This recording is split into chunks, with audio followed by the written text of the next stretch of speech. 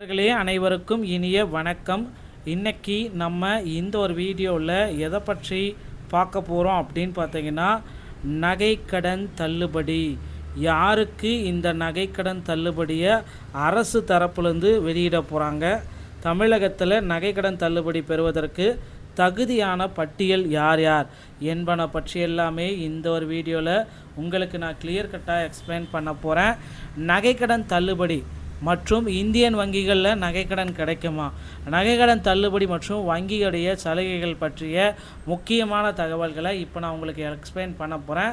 So Indian வங்கிகள் மற்றும் கூட்டுறவு வங்கிகளில் நகைக்கடன் தள்ளுபடியை முழுமையாக கொடுக்க போகிறாங்க. ஸோ இப்போ வரக்கூடிய காலம் தேர்தல் காலம். ஸோ கண்டிப்பாக இந்த தேர்தல் காலத்தில் நகைக்கடன் தள்ளுபடி அப்படின்றது கண்டிப்பாக எந்த கட்சி ஆட்சிக்கு வந்தாலும் சரி, உங்களுக்கு திமுக ஆட்சிக்கு வந்தாலும் சரி, அதிமுக ஆட்சிக்கு வந்தாலும் சரி, டிவிக்கு ஆட்சிக்கு வந்தாலும் சரி, ஆனால் நகைக்கடன் தள்ளுபடி, கல்வி கடன் தள்ளுபடி, விவசாய கடன் தள்ளுபடி இது மாறாதுங்க, கண்டிப்பாக இருக்கும். இப்போ இந்த மார்ச் மாதம் 31 தான் உங்களுக்கு டெட்லைன். இதுக்கப்புறம் பார்த்திங்கன்னா நகைக்கடன் நீங்கள் உங்கள் அருகாமையில் இருக்கிற கூட்டுறவு வங்கியில் வாங்கினீங்க அப்படின்னா தள்ளுபடி கிடைக்க வாய்ப்பே இல்லை. ஓகேங்களா? ஸோ இந்த மார்ச் மாதம் 31 உங்கள் அருகாமையில் இருக்கிற கூட்டுறவு வங்கிகள், இந்தியன் வங்கிகள், இந்தியன் ஓவர்சீஸ் வங்கிகள், இந்த மாதிரி வங்கிகளில் சூஸ் பண்ணி 3 சவரன்லேருந்து 5 சவரனுக்குள்ளாமல் உடனடியாக நகைக்கடனை பெற்று வைத்துக்கோங்க. வங்கிகளில் இல்லைன்னு தான் சொல்லுவாங்க, நீங்கள் போயிட்டு ப்ரெஷர் பண்ணி நீங்கள் கேட்டு நகைக்கடனை வச்சுக்கலாம். ஏன்னா நிறைய வங்கிகள் ஆட்கள் அதிகரிச்சுட்டே இருக்காங்க.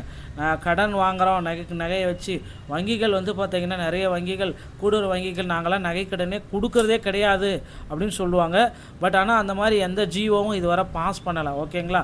நகைக்கடனை கொடுக்கக்கூடாது விவசாயிகளுக்கு அப்படின்ற மாதிரி எந்த விதமான ஜிஓ அனௌன்ஸ்மெண்ட்டும் வங்கிகளுக்கு பாஸ் பண்ணலை. பட் நீங்கள் இருந்தாலும் நீங்கள் வங்கிகளுக்கு சென்று உங்களுடைய நகைக்கடனை இப்போ வச்சுக்கலாம். இப்போ வச்சிங்கன்னா கூட தள்ளுபடிக்கு உங்களுடைய பெயர்கள் கண்டிப்பாக வந்துடும். 2026 தேர்தல் வாக்குறுதிகளில் இந்த தள்ளுபடிகள் எல்லாம் அறிவிக்க போகிறாங்க. 2026 ஆட்சி அமைந்தால் கூட்டுறவு வங்கிகளில் வாங்கிய அனைத்து நகைக்கடனும் தள்ளுபடி பண்ணப்படும். கல்வி கடன் முழுமையாக ரத்து செய்யப்படும். மாணவர்கள் மற்றும் பெற்றோர்களின் சுமையை குறைக்க வங்கிகளில் பெறப்பட்ட கல்வி கடனை அரசே இயக்கும். மாற்றுத்திறனாளிகள் மற்றும் சிறுபான்மையினருக்கான சலுகைகள். மாற்றுத்திறனாளிகள் மற்றும் கூட்டுறவு வங்கி கடன்கள் தள்ளுபடி. சிறுபான்மையர் மற்றும் பெண்கள் தொழில் தொடங்க வட்டியில்லா கடன்கள். தள்ளுபடி யாருக்கு கிடைக்கும் அப்படின்னு பார்த்தீங்கன்னா, நகை கடனில் 3 சவரனுக்கு உட்பட்டு 5 சவரனுக்குள்ளாமல் வச்சுருக்கு. அதாவது ஒரு 40 கிராமுக்குள்ளார. ஸோ ஒரு 3 லட்சத்துலேருந்து 4 லட்சம் வரைக்கும் உங்களுக்கு தள்ளுபடி கிடைக்கும். ஸோ ஆல்ரெடி இதர நலத்திட்டங்கள் பார்த்திங்கன்னா தமிழ்நாட்டில் அறிவிச்சிருக்காங்க. மகளிருக்கு மாதம் விரைவில் 2000 ரூபா கொடுக்க போகிறாங்க. ஆல்ரெடி 5000 ரூபா உரிமை தொகை பெற்றிருப்பீங்க. அதே போல் மத்திய அரசும் பார்த்திங்கன்னா விரைவில் உங்களுக்கு 12000 ரூபா கொடுக்க போகிறாங்க. குடும்ப தலைவிகளுக்கு மாதம் 2000 மற்றும் கருணை தொகை 10000 ரூபா வழங்க போகிறாங்க. ஸோ உதவித்தொகை, மீனவர்களுக்கான உதவித்தொகை 8000லேருந்து 12000 உயர்த்திருக்காங்க.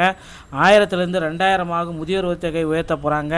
100 நாள் வேலை திட்டம் உயர்த்த போகிறாங்க. ஊரக வேலைவாய்ப்பு திட்டத்தின் கீழே வேலை நாட்கள் 100 நாள்லேருந்து 150 நாளாக மாற்ற போகிறாங்க. வட்டி விகிதங்கள் 7% குறைக்க போகிறாங்க. முன்பதிவுக்கான இதற்கான அப்டேட்கள் அனைத்துமே தேர்தல் வாக்குறுதிகளில் எதிர்பார்க்கலாம். கடனை திருப்பி செலுத்தக்கூடிய கால அவகாசம் அப்படின்னு நம்ம பார்க்குறப்ப 12 மாதங்கள் வரைக்கும் கொடுக்க போகிறாங்க. ஸோ மிக குறைந்த வட்டி விகிதத்தில் இந்தியன் வங்கியில் நீங்கள் நகைக்கடனை வச்சுக்கலாம் அப்படின்ற மாதிரி சில அப்டேட் போயிட்டுருக்கு.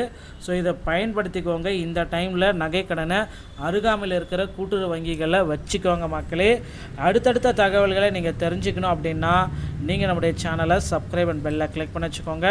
மீண்டும் ஒரு நல்ல தகவலோடு நான் உங்களை சந்திக்கிறேன். நன்றி, வணக்கம்.